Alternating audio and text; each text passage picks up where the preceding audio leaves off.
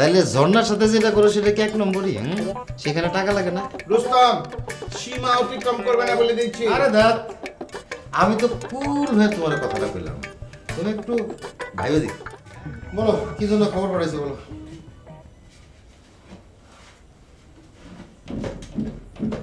তুমি বলো, তুমি কাকে জিজ্ঞেস করে কাজের ছেলে মেয়ে দুটাকে নিয়ে আসছো? নিজেকে জিজ্ঞেস করে।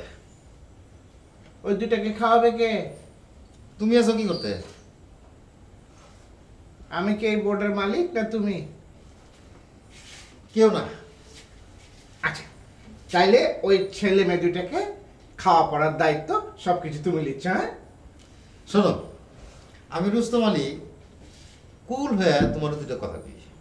আচ্ছা, আমি ইয়াকুব কুল হয়ে তোমার দুইটা কথা শুনছি, কিন্তু আমাকে হট করবে না বললাম।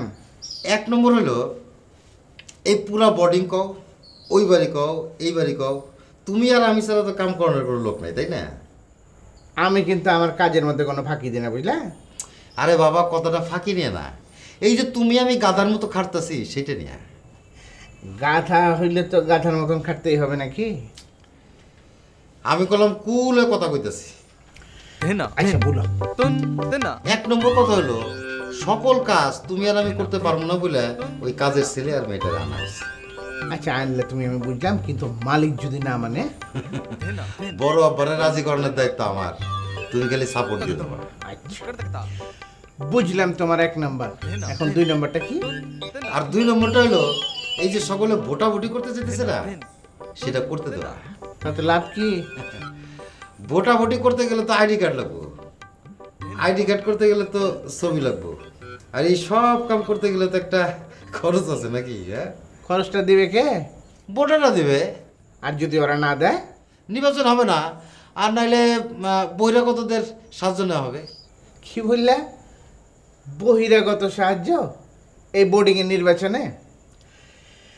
বুঝলে রুস্তম, তোমার আসলে না প্রত্যেক দিন ডিম আর দুধ খাওয়া উচিত, বুঝলে না?